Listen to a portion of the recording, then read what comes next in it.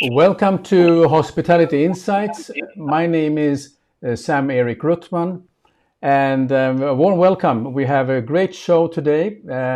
I'm pleased to invite one of my favorite guests, who is a specialist on restaurant consultancy, designs, operation, and also digital marketing, Rohit Sachdev. He has a company called Soho Hospitality, based out of Bangkok, but he also operates globally in Europe and also in Middle East. And so let me bring in to Rohit to the discussion, and we will continue from there. Hello, Rohit. Thank you. Good to see you. Thank you very much for having me. It's a pleasure to be here. Well, it's really great that you took the time to join. So this is Rohit next to me.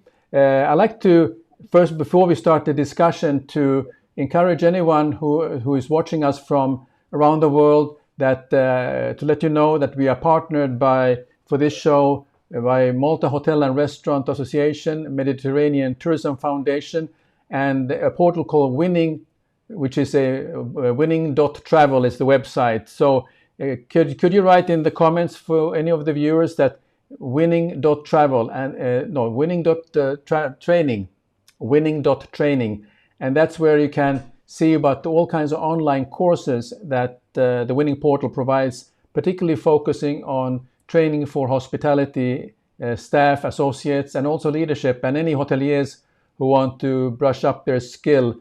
And besides that, this broadcast is also recording, and that can be found for later on if you want to see the show again. Alternatively, you can also watch the recording at my YouTube channel, Sam-Erik Ruttmann, the Social Hotelier. So, but let's get started about Rohit, who is based in Bangkok.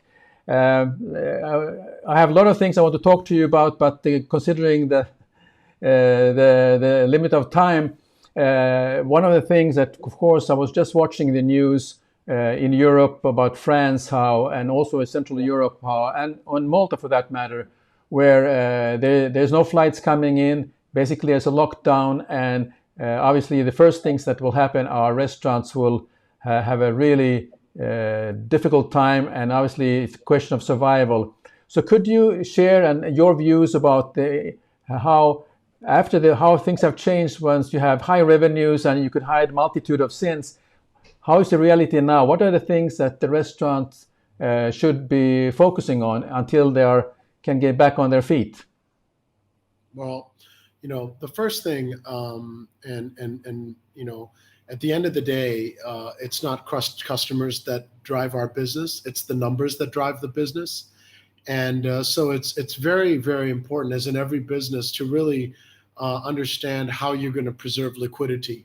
Now, the challenge we have with this COVID pandemic is, even here in Thailand, things have been, much more complacent than anywhere else in the world. We'd estimated initially that COVID was going to last 3 months, and we've only went through one period of lockdown. You're looking at Europe and other places that are now going through their second period.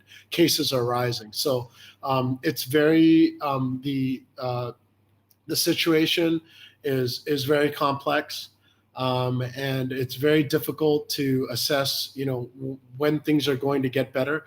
I liken this to a talk I was at, where I listened to a military commander who was talking about giving us some advice of how to tackle with COVID. And he said, you guys are doing what we do all the time when we're in a war situation. We strategically think about where we're going to attack the enemy, but at the end of the day, we don't really know where the enemy is. Sometimes we don't know who it is, and we don't know where he's going to attack us from. So the COVID pandemic is very similar to what military commanders face when they're in a time of war. We don't know much about the COVID pandemic. We don't know how it's going to attack us, and we don't have the solutions to it yet. There are some good news that's coming up. So as a restaurateur, the most important thing is to preserve liquidity. But as an industry, I think we got away a long time without looking at what really drove our business. Many restaurant, independent restaurants grew out of mom and pop operations. They did very, very well. Revenues were so great. The money was pouring in. And so it didn't really become important for them to look at key performance indicators. Today and going forward, I believe that the restaurant business will primarily be driven, through an understanding of the key performance indicators that drive our business. And we're going to have to become more efficient and more productive in the way that we do that. So whether it's looking at, staff utilization, for example, and making sure we're becoming efficient in that. I don't know if, restaurants were really calculating their food and beverage costs. Everyone said that they were doing it, but were they doing that? Is there an ability to use ingredients in different types of dishes so that there's less waste? Looking at all the, can we reduce our menus so that we're not offering a much larger menu than we did before, which would leverage, more lower cost items?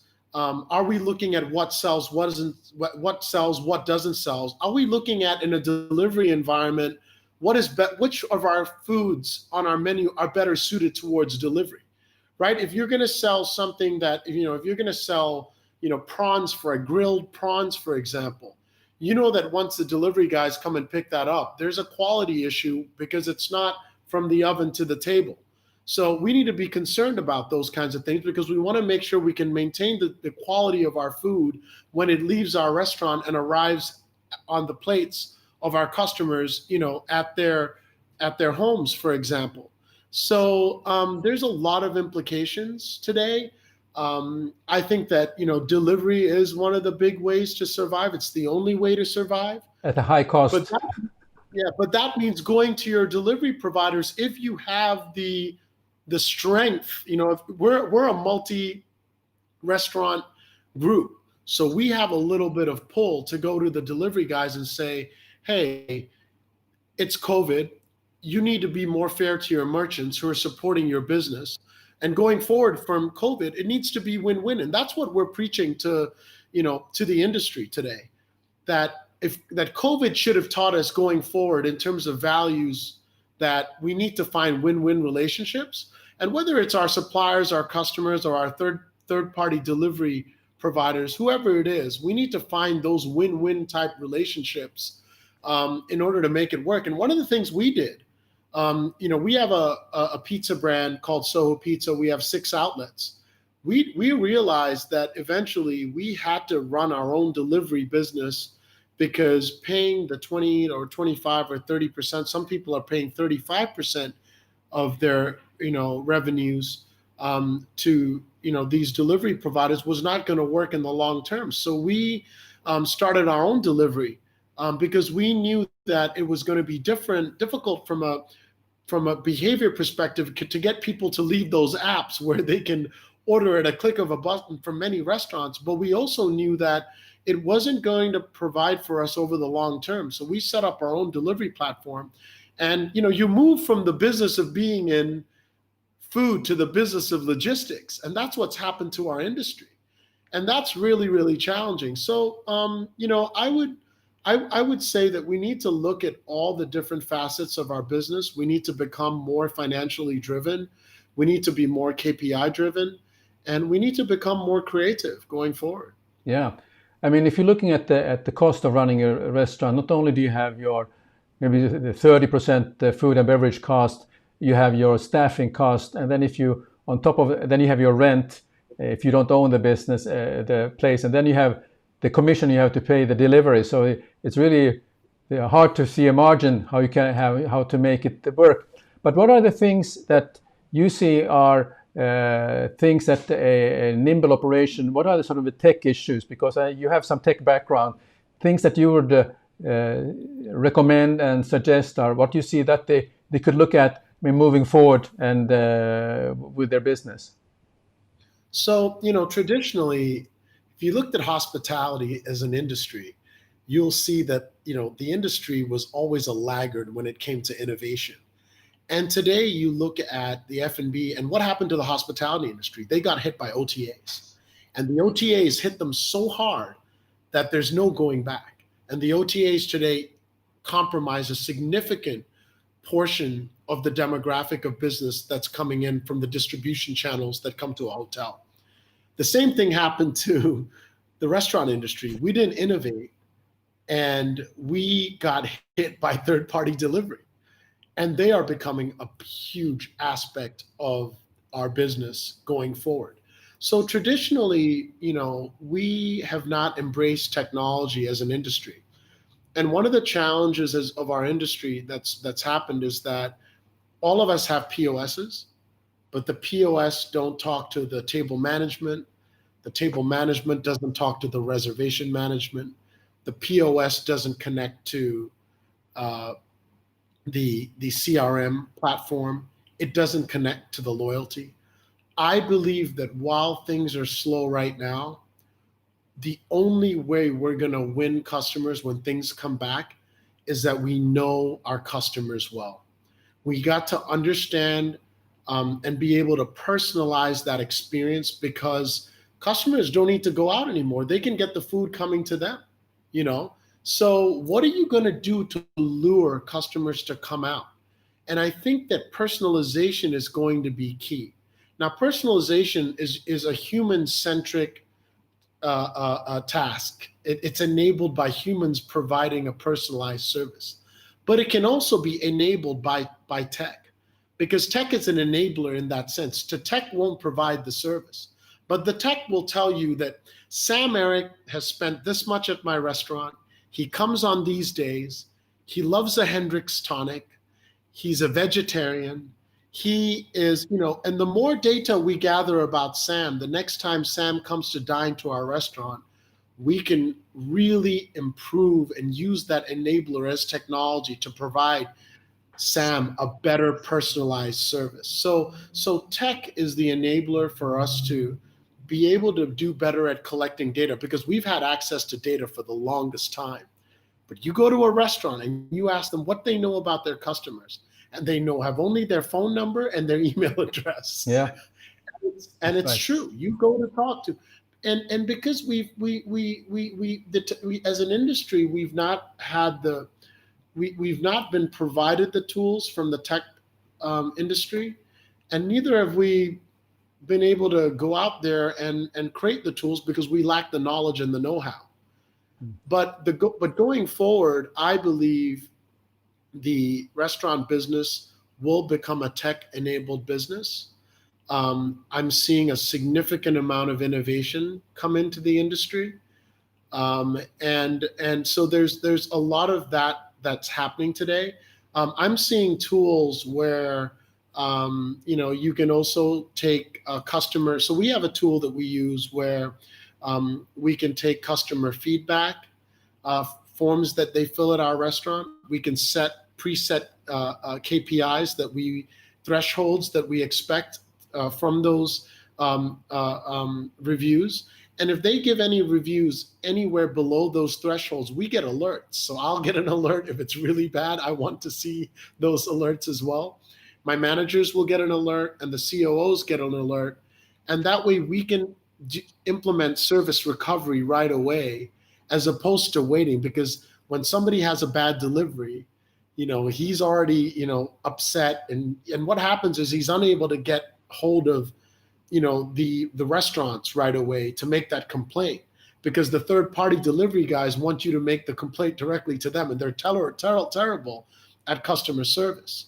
So we found ways in which we can become quicker in terms of meeting the needs of our customers, so that we can handle, complaints, orders through the telephone, and things like that. And these are things that we're going to need to become better at, because there's so many ways in which they're reaching us. They can reach us through Facebook Messenger. They can reach us through Instagram. They can reach us through WhatsApp. They can reach us through, other platforms. And we have to be ready to, and the service level expectations of when we need to answer them has become less and less. Yeah. So the notion of fulfillment becomes a huge issue in our industry, because fulfillment doesn't just mean putting food on a plate. Fulfillment means waiting for the food to arrive at the customer's home, making sure they've received it properly, making sure if there was a problem with the order, we're able to address it. And if there's a complaint, what I like to also talk about with Rohit is about looking at how can we find new customers. What are the ways? What are the tools and the technology to reach out to new customers? That's a very, very important part of, one is your existing customers, but also the new customers. And there are lots of tools available in the digital space. And I'm curious to find out, as Rohit can share with us his views, what are the ways we can get this working much better. The same way goes for hotels and with their restaurants. And while they have challenges, but also how they are finding a way to reach their customer much better. But also the thing is that the chefs are also becoming very creative. There are chefs who don't have a restaurant, but they are creating a pop-up restaurant. Okay, I think we'll... Yeah, I'm sorry. I've done a ton of these. This is the first time I've had any problems. I don't know what the issue is, but yeah, sorry about that. Perfect tech is an illusion, so we are dealing with a live situation. But I was leading actually the discussion because I was just summarizing what you were saying. But I was already talking about, I'd like to find out from Rohit his ideas of how to find a new customer with the tech and the digital space, because you're also doing the marketing agency side. So if you could address a little bit about that part, which I think there's a lot of value you can provide for restaurants who may have not understand the opportunity they have to reach out to new customers for the future. So there's two elements there in terms of reaching out to new customers, and one is looking at consumer behavior and how that behavior has evolved, and that's very, very significant. So back in over the last 10 years, we've realized that we needed experience in everything that we did, and we started with hospitality. We said hotels needed to become experiential, and then we said restaurants need to become more experiential. Then we said, what about condominiums and residences? They need to become more experiential. Then we started having branded residences. Now malls are experiential. You go to a salon to get a haircut, or do your nails, and that's become experiential. So it's a real given today in the industry that we need to create great experiences. But the big brother of experience and what takes precedence today is authenticity. And that's really what's being driven by millennials and Gen Zs, who are a very young but very influential group of consumers who are coming into the world at a time in which they're dealing with, climate change, right-wing movements, Donald Trump. The opportunities for them to find employment are difficult. The ability for them to acquire assets and wealth are much more challenging as prices of goods and services and assets and apartments and things like that are more expensive.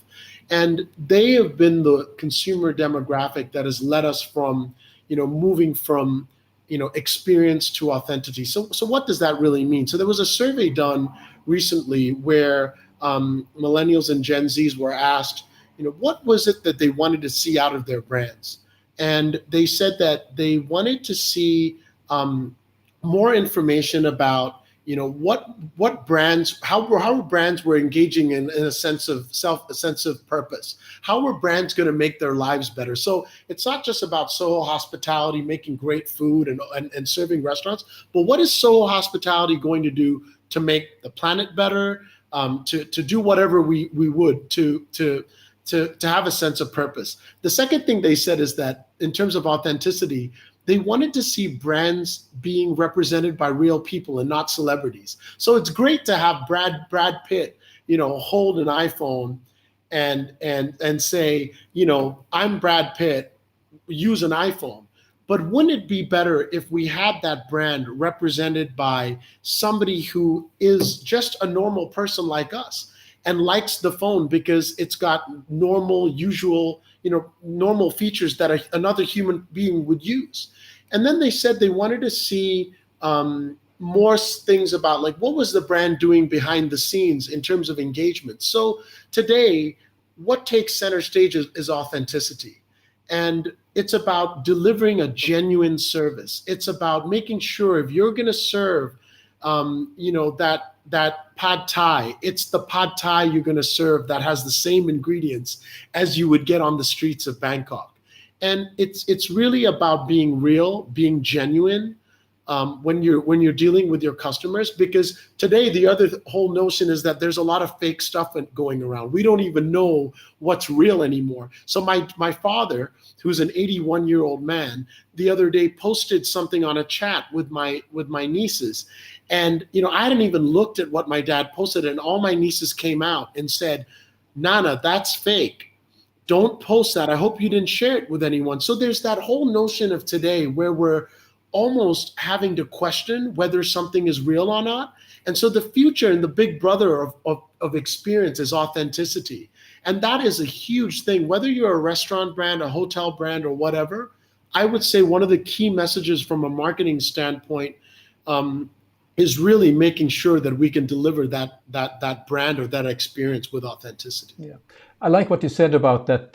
That people want to know who is behind the brand, who owns the brand, and what are their values, and why should I invest in that brand if I don't know the brand at all? So I think that's a very, very valid point, and it kind of leads me to something which I've been looking at the Instagram TV channels quite a bit, and I was impressed with what some certain chefs were getting involved with. They started to when the restaurants were closed. I think it was Massimo Bottura in Italy.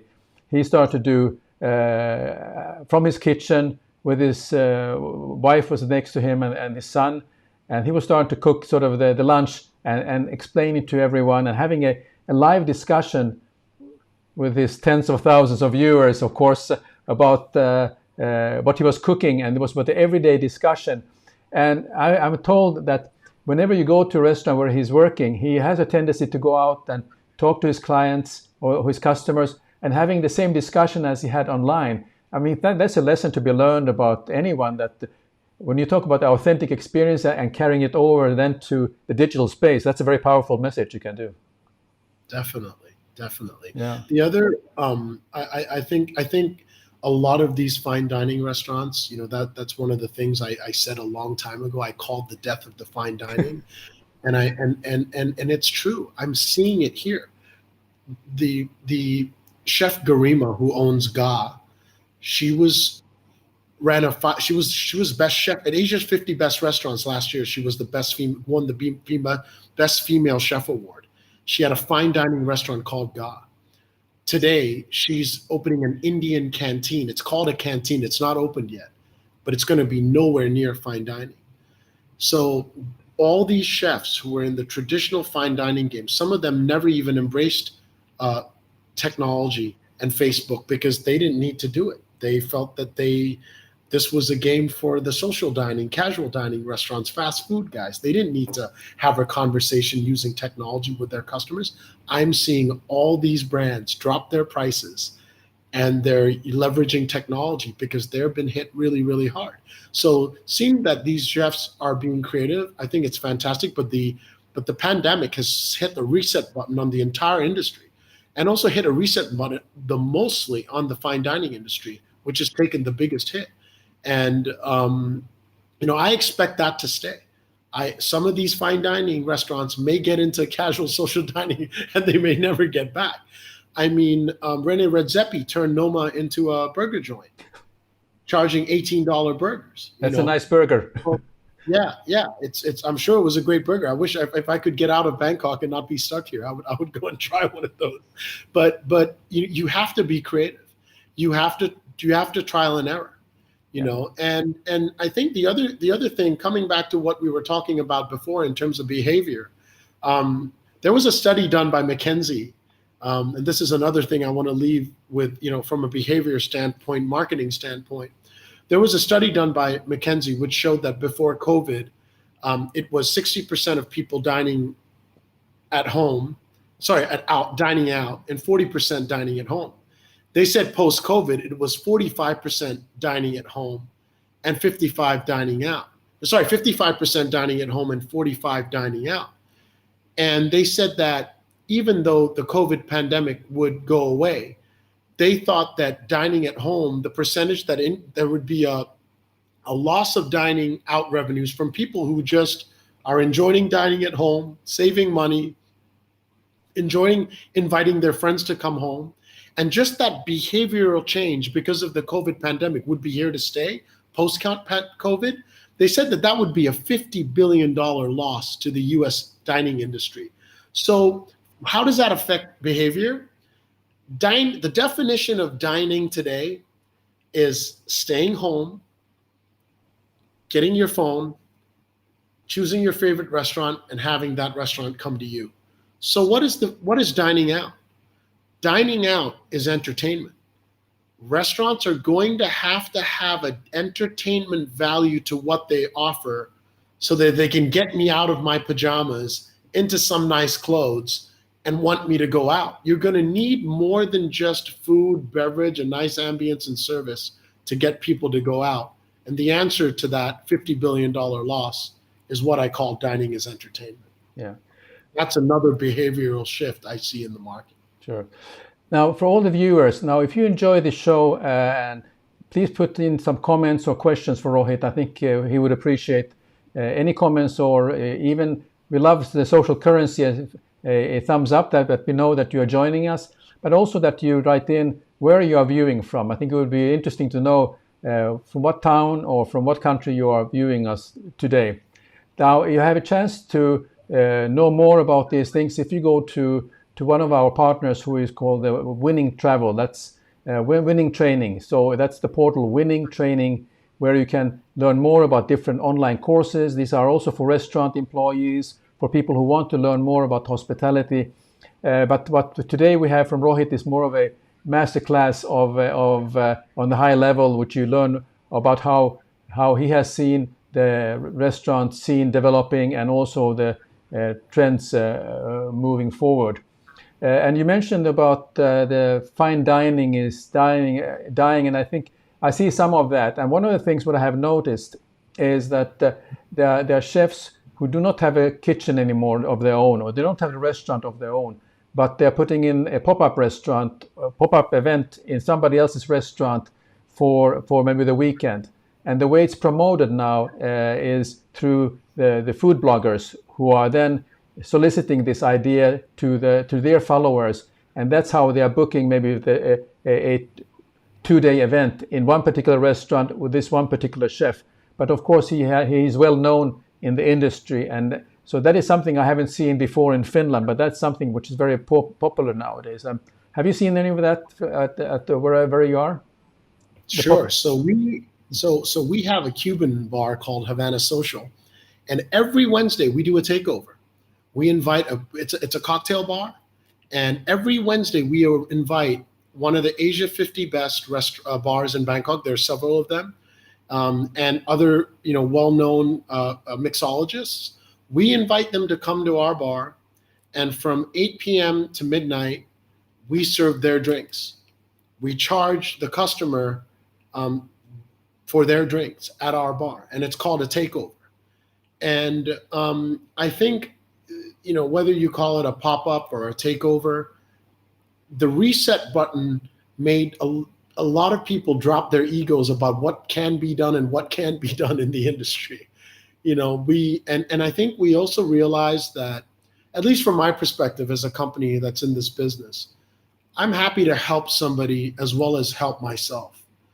I think it's in the spirit of being in the industry for us to look at collaborations. And I've seen this happen not only for restaurants, bars, but I'm seeing collaborations happen in terms of nightclubs, in terms of, one nightclub with another nightclub. There's a lot of this type of collaborations going on. We did an event at our Indian restaurant, Charcoal, where we brought a chef who worked with charcoal because ours is a grill restaurant, and we used his techniques with our Indian spices to create an event. And it's called Charcoal X Series, where we collaborate with other chefs who work with charcoal. So I think these are, at the end of the day, these are exciting things that are coming up, and the customer wins, right? The customer has a lot more choices. And the other thing I'm seeing also is restaurants are organizing more and more events because they're dealing with like in Thailand, where we have a loss of 40 million tourists that are not here per annum. And that's a huge demographic of business that we're able to leverage. So we know we only have the same pool of customers to deal with, and we have to find new ways of bringing them back in our restaurants. And events is a great way. So we're seeing in our industry and in Thailand alone a very competitive events industry popping up, where when we're trying to put on events, we have to look at other conflicting events because everybody is moving from being a restaurant business to an events business and leveraging some of these collaborations. And I think that is the way to go. And it's happening. Thailand is a place where I think it's a leader in this segment. They're doing tons of collaborations. And that's where I also feel like innovation is coming from the East. I don't think this is happening in the West as much as it's happening in the East. And we're a leader in that segment of events and execution and creativity. And I think it's fantastic for the industry. And most of all, the customer wins. Well, excellent, excellent. I share with you. I mean, having lived a few years in the East, so I have a tendency to look at particularly Thailand as a place where probably one of the most sophisticated diners anywhere, where we used to drive miles and miles just to get that favorite pad thai or the dish, which willing to drive across the town through traffic just to get there. So I mean, this is sort of people have a very sophisticated taste there, and I think now when you mention about the events, that really is something that is something very, very, very good point. I'd like to say just a couple of hellos here. We have George Rovelas, who is from Malta. He has a very lovely boutique hotel in Malta. So hello, George. Thank you very much for joining us. And he says, great webinar, Sam. Well, it's great webinar because I have Rohit here today, so it's not because of me. And I have another friend who is on LinkedIn, Shital Terasaho. She's based here in Helsinki. So hello, Shital. Thank you very much for joining us. If you have any comments or questions for Rohit, please feel free to write them down, and I'll make sure I'll address them with Rohit.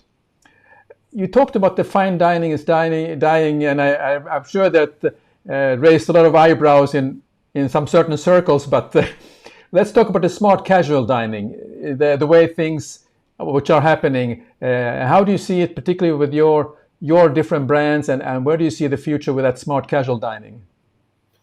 So people are frustrated wherever it is, Thailand, Helsinki, Europe, America. People are frustrated.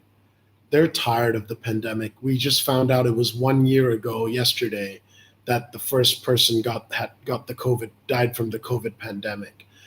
And people, the whole notion of escapism takes center stage.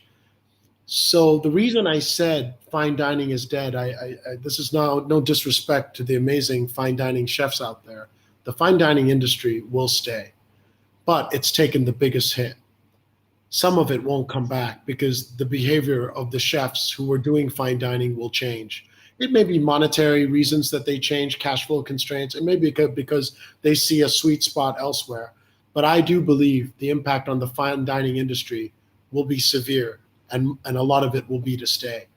But because of the customers looking towards this sense of escapism, I want to go somewhere where I don't need to think about it, about my troubles and my problems. I want to escape somewhere. They're going to look for places that are what I call fun social dining establishments. Place where there's a great buzz, there's a great food, people are having fun, there's a really good music playing in the background. There may be an element of entertainment where people are dining during dinner and it turns into a club after hours. Yeah. I really believe that the future of dining, as customers also become more and more sophisticated and escapism takes center stage along with authenticity, I believe they're going to want to go to a place that serves really, really good, authentic food, but in an environment where they can have fun and entertainment. And I believe the best restaurants that are going to be able to provide that are going to be the restaurants in the smart, social, fun dining category. You mentioned the various brands that you have in this smart casual dining scene. Those concepts, am I correct? They are born out of Bangkok or out of Thailand, or how did you come up with those concepts? So I lived in New York City for 10 years, but I always believed that Thailand being a food capital of the world and the way things were changing in terms of there was no longer a lag of consumer behavior between the East and the West. And I really believed that innovation was going to come out of the East. And so I really believe that we could, at Soho Hospitality, we could create innovative, local Thai brands. Now, when I say Thai, I don't mean good enough for Thailand, but I'm talking about brands born out of Thailand, which were going to go and compete and bang on with the big brands in the West. And I'm very proud that after opening 5 very successful brands, we have a Peruvian Japanese rooftop bar called Above 11. It was the first Peruvian restaurant in Southeast Asia and Asia. And I opened that in 2012 before Europe and America knew Peruvian food was going to be hot. In 2012, I opened the first Peruvian restaurant in Asia. Then I opened an Indian restaurant called Charcoal, which had no curries and only does, kebabs and cocktails. And then we did Havana Social, which was the first Cuban bar in Thailand, the only plays Latin music. We have the only rum bar in Thailand as well at the time in which we opened. Then I opened a pizza grab-and-go outlet called Soho Pizza, and then an Italian trattoria called Cantina. And all of those brands today are traveling internationally. We open Above 11 in Bali, now opening with Marriott in Dubai. Havana Social's opening in Yangon, Ho Chi Minh City, Singapore. So, I've always believed that innovation could happen, in Asia. And I'm very proud that we've created brands that we believe are able to travel, and they are now traveling. And they're based on the same sentiments that I'm sharing with you. They're about authenticity. They're about fun social dining. They are about unpretentiousness. Somebody who's affluent loves to dine at our restaurant. Somebody who's upper middle class loves to dine at our restaurant. And somebody in the lower middle class may like to dine at our restaurant every once in a while, and they're all sitting at separate tables and having a great experience because we deliver a value for money proposition. And that is also authenticity. Yeah. So it's not only about authenticity of the experience, but it's about the 10 planets that I feel make a great restaurant. It's interior design, lighting, brand development, the food and beverage, the food, the beverage, the cocktails, the music, the service, and all these other things that come together to deliver a great experience. And those are like my 10 planets. And it's about creating concepts that encompass all of those elements and making sure they all come together seamlessly to deliver a great authentic experience.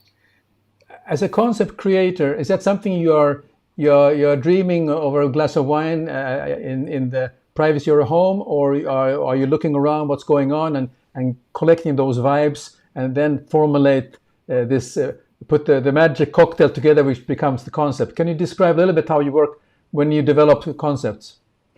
So number one, I know what makes people tick, and I don't think about creating gimmicks because gimmicks don't last, and I'm really not a fan of gimmicky things. I like creating things that last, and so I always think about the consumer and the customer journey. And as an interior designer, because we started out as an interior designer before we got into our own food and beverage brands and operations, we literally map out the customer journey. What is the customer sense of arrival? What does he see when he arrives? What is his first impression? And we really look at the customer journey as he navigates through the restaurant and experiences some of the things. So I'll give you an example. At our bar, Havana Social, it's a Cuban bar celebrating Havana in the 1940s when it was the Las Vegas of the Caribbean, when Ernest Hemingway was there, JFK, Rita Hayworth. We've got old transistor radios in the men's and women's toilets playing Fidel Castro revolutionary experiences. We've had that for 5 years. And anytime somebody walks into the Havana social restroom, they come out with a huge smile and go and walk to our staff and say, is that Fidel that you guys are playing? That's just an element, an example of the little things that we do to touch the sensitivities and delight, surprise our customers in a delightful way. And that's hospitality, right? And it's about layering all those elements on top of another, all the 10 elements that I spoke about, and making sure you give attention to detail to everything. And most of all, that you have fun doing it and you love what you do. And that's what makes it work, right? You're going to put all your heart into that particular project. And that's how we've been successful. I opened an Indian restaurant with no curries. Everyone told me, you're going to fail. How can you have an Indian restaurant with no curries? And I did it. And you know what? Before COVID pandemic, we were the #1 performing Indian restaurant in Bangkok, and I served no curries. But if you came to my restaurant and you tried my kebabs, you would say that you've never eaten kebabs like that. You didn't know India made such great kebabs. Then we tied it with cocktails, and we came up with these amazing cocktails that all have Indian spices in them. And we created a lot of flair and fun with those. And that's the whole notion of fun social dining. But it's not about creating gimmicks.